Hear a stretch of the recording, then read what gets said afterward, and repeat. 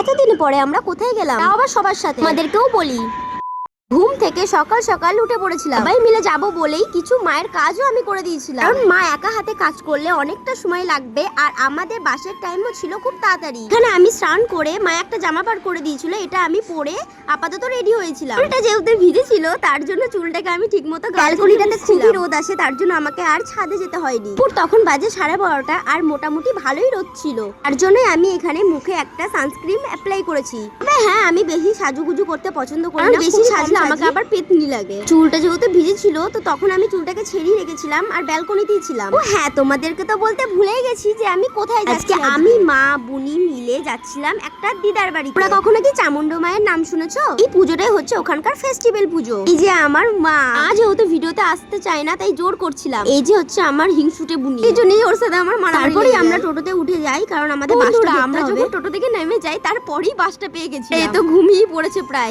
এই কথা, কারণ অনেকটা সকালে উঠেছে। অবশেষে আমরা বাসে 1 ঘন্টা জার্নি করার পর সেই জায়গায় পৌঁছালাম। আজকের মতো টাটা, আর এরপর আমি তোমাদের পার্ট 2 নিয়ে আসছি।